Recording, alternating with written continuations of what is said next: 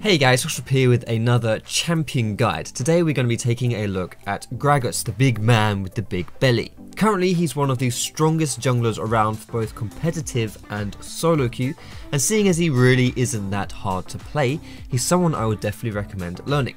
So it's a good thing we're doing this video today then, right? Gragas is a very well-rounded jungler, especially in his belly, with no inherent weak points. He performs very well at all stages of the game, bringing a variety of upsides to his team, being able to thrive in a multitude of situations and filling out that tank role very nicely without sacrificing any early game strength like a lot of tank junglers do. As with all my champion guides, this video is being made in partnership with ProGuides, a website designed to help you become a better player. And don't forget, if you guys have any specific champion in mind that you want me to do a guide on in the future, leave your suggestions down below in the comments, as that's mostly how I decide who to do these guides for. So make your voice be heard, or voice be read, you know what I mean. So for the boring stuff first, your runes want to look a bit like this. The AP helps with your early damage, and whereas attack speed may not be the stat you'd conventionally want to itemize for on Gragas, it's always a good option for your reds because of how it helps your early game jungle clearing. Masteries, you want strength of the ages. This is a really strong keystone for junglers right now, giving you around 100 gold in stats for free when it's fully stacked. This is especially good considering health is a really solid choice overall on Gragas, and extra especially good considering you'll not be buying health until a little bit later on, as I will outline a little later. Your skill order will be your Q followed by your W and then your E, while getting points in your ultimate obviously at 6, 11 and 16. For your item build, you want to get any one of the smite items, it really doesn't matter, it's just up to you, and then build that into a runic echoes. Now this is a better alternative than Cinderhulk, as not only is that item a little bit on the weak side right now, runic echoes also gives him better early game damage and better early game clears. After that, you want to focus on tank items. Specifically in solo queue, I think getting an Iceborne Gauntlet, which will allow you to smash down on people even harder while still remaining decently tanky, is a pretty good choice. But generally speaking, anything that would make you harder to kill and more frustrating to play against is a good choice on old Graggy. As for how to actually play Gragas, he's a very good champion at all stages, like I said. Early on, you want to make use of his good ganking by trying to apply lots of pressure all over the map.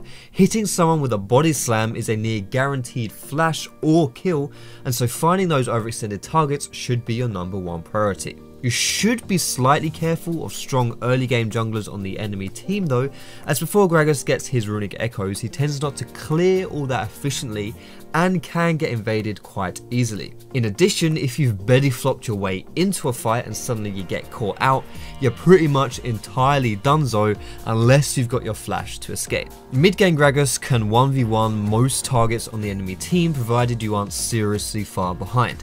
He should still be looking to gank a lot here, as the addition of his ultimate makes for some explosive setups, if you see what I did there. He's also a good tower diver for two main reasons. Firstly, he's tanky enough to soak up a few tower shots without curling over and crying to his mummy, and secondly because he can knock enemies away from the sweet caressing arms of the towers with his ultimate. When teamfights break out, try to either take up as much punishment as you can, much like a masochist in a BDSM ritual, but you can actually play as sort of an AP assassin early on here, because with runic echoes you will have a surprising amount of damage. The later the game goes on, the tankier you will get and the more you'll be looking to go for objectives and teamfights.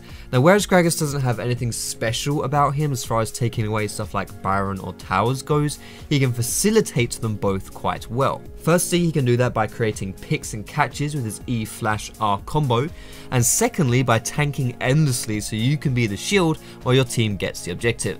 You will want to be that front line in all of your fights, so don't be a wimp and hide behind anything, as it's your job to give as little breathing room as possible to the enemy team while giving as much breathing room as possible to your own team. How useful you are in these team fights will come down to two major factors. Firstly, how much damage you can soak up and how much of a nuisance you can be in general, and secondly, how you use your ultimate. For your ulti, you'll either want to throw it at a mispositioned carry so you can fling them into your team like a reverse trebuchet and take them out, or you want to use it in the middle of the entire team while the fight's going on to split them up. This will enable your team to focus targets easier and to spend more time fighting less people.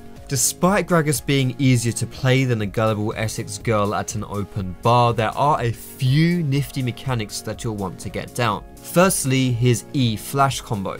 Now it is really simple. All it is throwing out your rotund belly at the enemy and then pressing flash as you're about to land. This basically just extends the length of your belly slam while also removing its animation at the end, making it very hard to react to. Now this is a great tool for catching people with their pants down. Secondly, whenever going into fights, you want to press your W before you charge in with your E.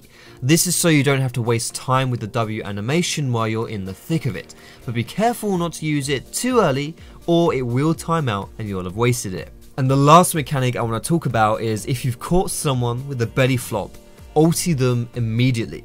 If you do so, the enemy won't have enough time to get out of the stun before they get ulted, so they won't be able to flash away at all.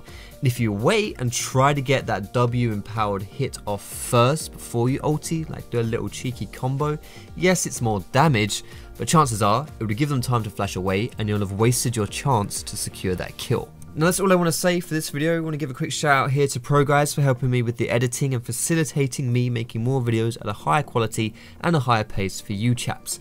Now I'll chuck a link in the description where you can check out their website and take a look at all their top-notch guides and their tools for helping you to up your game. If you did like this video, don't forget to leave a thumbs up. You can subscribe to me for more educational content. You can find me on Facebook, on Twitter, and catch me streaming over at twitch.tv/foxshop. All of those links are in the description. Don't forget to leave your suggestions for future champions in the comments down below. Most importantly, guys, thank you so much for watching. Have a great day, and I will see you in my next video.